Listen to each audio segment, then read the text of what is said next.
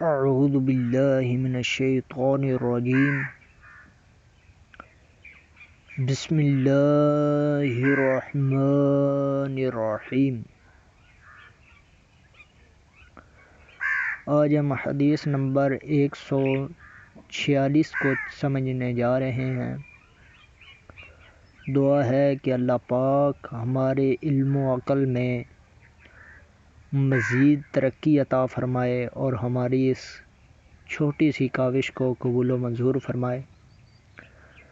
تو چلیے آج کی اس حدیث مبارکہ کے اردو ترجمے اور انگلش ٹرانسلیشن کو سمجھتے ہیں۔ تو چلیے اللہ پاک کے نامی اسم گرامی سے شروع کرتے ہیں۔ بسم اللہ الرحمن الرحیم۔ ہداب بن خالد ازدی، امام، قتادہ، انس بن مالک، معاذ بن جبل رضی اللہ تعالی عنہ سے روایت ہے کہ میں ایک سفر میں رسول اللہ صلی اللہ علیہ وآلہ وسلم کے ساتھ سواری پر آپ صلی اللہ علیہ وآلہ وسلم کے پیچھے بیٹھا ہوا تھا۔ میرے اور آپ صلی اللہ علیہ وآلہ وسلم کے درمیان کجاوے کی درمیانی لکڑی کے علاوہ اور کوئی چیز حائل نہ تھی۔ اتنے میں آپ صلی اللہ علیہ وآلہ وسلم نے ارشاد فرمایا، اے معاذ بن جبل رضی اللہ تعالی عنہ، میں نے عرض کیا، اے اللہ کے رسول صلی اللہ علیہ وآلہ وسلم، میں حاضر ہوں۔ پھر تھوڑی دیر چلے، پھر فرمایا، اے معاذ بن جبل، میں نے عرض کیا، میں حاضر ہوں اے اللہ کے رسول صلی اللہ علیہ وآلہ وسلم۔ پھر تھوڑی دور چلے، پھر فرمایا، اے معاذ بن جبل، میں نے عرض کیا، اے اللہ کے رسول، میں حاضر ہوں۔ آپ صلی اللہ علیہ وآلہ وسلم نے فرمایا، کیا تو جانتا ہے کہ اللہ تعالیٰ کا حق بندوں پر کیا ہے؟ میں نے عرض کیا، اللہ اور اس کا رسول ہی بہتر جانتے ہیں۔ آپ صلی اللہ علیہ وآلہ وسلم نے فرمایا، اللہ کا حق بندوں پر یہ ہے کہ بندے صرف اسی کی عبادت کریں اور اس کے ساتھ کسی کو شریک نہ کریں۔ اس کے بعد آپ صلی اللہ علیہ وآلہ وسلم تھوڑی دیر چلتے رہے، پھر فرمایا، اے معاذ بن جبل، کیا تو جانتا ہے کہ بندوں کا حق اللہ پر کیا ہے؟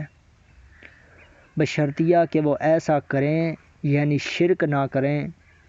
میں نے عرض کیا، اللہ اور اس کا رسول ہی بہتر جانتے ہیں۔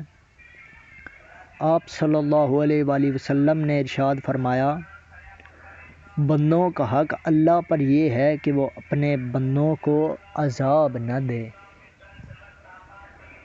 اللہ اکبر۔ It is narrated on the authority of Mu'adh bin Jabal, I was riding behind the Prophet and there was nothing between him and me but the rear part of saddle when he said, Mu'adh bin Jabal, to which I replied, at your beck and call and at your pleasure, messenger of Allah, peace be upon him. He moved along for a few minutes, when again he said, Mu'adh bin Jabal,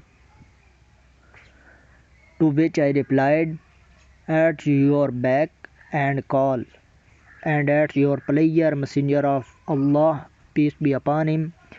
He then again moved along for a few minutes and said, Mu'adh bin Jabal, to which I replied, at your beck and call, and at your pleasure, messenger of Allah, peace be upon him. He, the Holy Prophet, said, do you know what rights has Allah upon his servants? I said, Allah and his messenger know best. He, the Holy Prophet, said, verily the right of Allah over his servants is that they should worship him, not associating anything with him. He, the Holy Prophet, with Mu'adh bin Jabal, Mu'adh behind him, moved along for a few minutes and said, Mu'adh bin Jabal, to which I replied, at your beck and call, at your pleasure, Messenger of Allah, peace be upon him. He, the Holy Prophet, said, do you know what rights has servants upon Allah in case that they do not do it? They worship Allah without associating anything with Him. I, Mu'adh bin Jabal, replied, Allah and His Messenger know best. Upon this, he, the Holy Prophet, remarked that he would not torment them with the fire of hell. Sadaqallahul Azim, bijahin nabiyyin.